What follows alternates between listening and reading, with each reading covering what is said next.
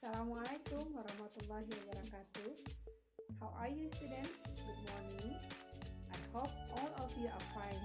Tetap semangat ya. Now we are going to study English with me, Mila Afriani. Pada kesempatan kali ini kita akan mempelajari tentang descriptive text. Materi ini berada pada kompetensi dasar 3.4, yaitu membedakan fungsi sosial, struktur teks, dan unsur kebahasaan teks deskriptif.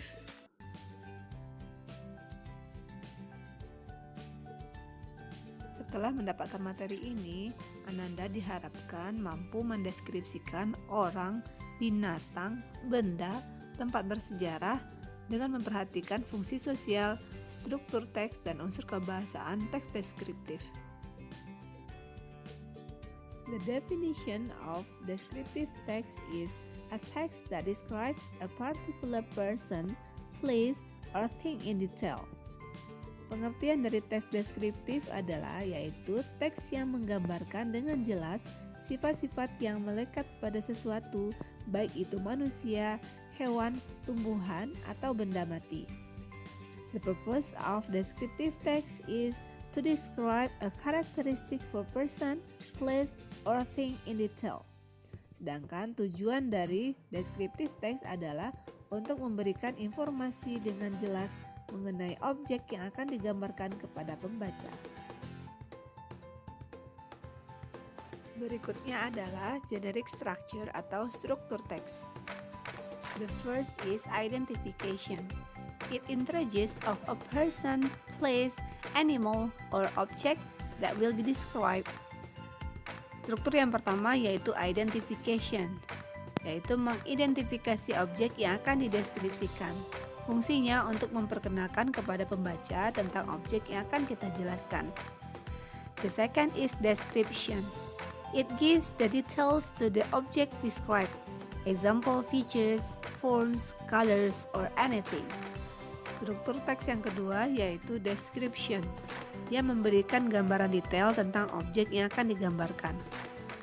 The last is conclusion. Conclusion, the summary of what has been described. Bagian yang ketiga adalah conclusion. Ini tidak wajib ada dalam teks deskriptif. Dia memberikan kesimpulan apa yang sudah dijelaskan. The next is language feature. Language feature adalah ciri-ciri kebahasaan.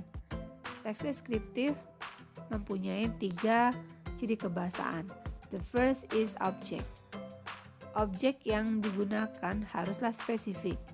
Misalnya, my neighbor, tetanggaku, doggy, my pet, si doggy adalah binatang peliharaanku, atau bisa juga menjelaskan sebuah tempat seperti Borobudur Temple. The second is adjective. Teks deskriptif banyak menggunakan kata sifat untuk menggambarkan objek. The last is simple present. Teks deskriptif menggambarkan benda dengan menggunakan simple present tense.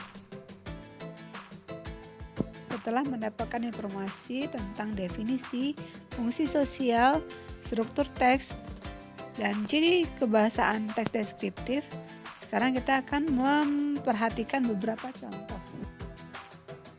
The first example is describing people. Pada teks ini, objek yang digunakan adalah my grandmother. The first paragraph is identification. Pada bagian identification, objek yang dijelaskan masih berupa informasi umum. Sedangkan pada paragraf kedua dan paragraf ketiga adalah description. Di bagian ini, objek dijelaskan secara detail, seperti ciri-ciri fisik dari objek, kebiasaan objek, di mana dia tinggal, dan lain sebagainya. The second example is describing animal. Pada teks yang kedua ini, yang menjadi objek kita adalah kangaroos. Pada paragraf pertama, yaitu identification, kangaroos baru dijelaskan secara umum, yaitu dari mana habitat aslinya. Sedangkan paragraf kedua, 3, dan 4 adalah description. yaitu informasi rinci mengenai karakteristik atau ciri-ciri fisik dari kangurus.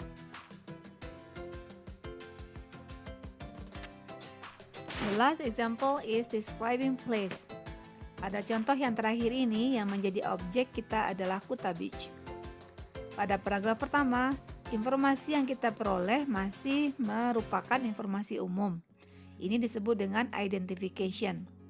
Sedangkan pada paragraf kedua, paragraf ketiga, paragraf keempat, informasi yang kita peroleh sudah merupakan informasi rinci.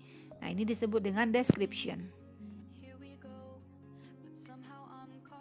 So, did you get the conclusion? Okay, conclusion kita atau kesimpulan kita adalah yang pertama, the first is definition.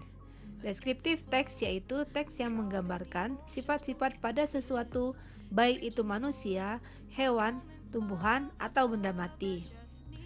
The second conclusion is purpose. Purpose yaitu fungsi dari teks deskriptif ini adalah untuk memberikan informasi dengan jelas mengenai objek yang akan digambarkan kepada pembaca. The third is language feature, yaitu ciri kebahasaan deskriptif teks. Objek yang spesifik, adjektif atau kata sifat, dan simple present tense. The last conclusion is generic structure atau struktur teks deskriptif, yaitu identification, description, and conclusion.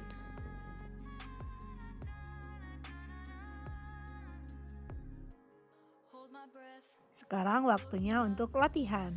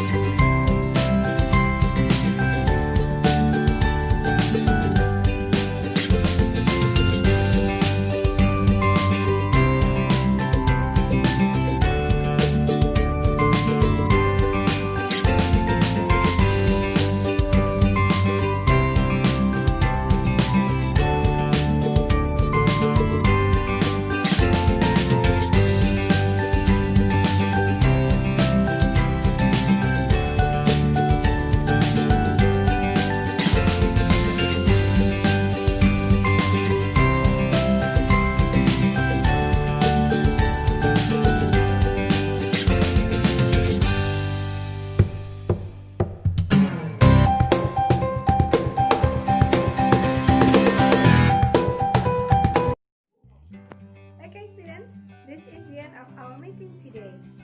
Silakan Ananda kerjakan latihan dengan menjawab pertanyaan tadi dan kirimkan jawabannya di kelas maya kita. See you next time. Assalamualaikum warahmatullahi wabarakatuh.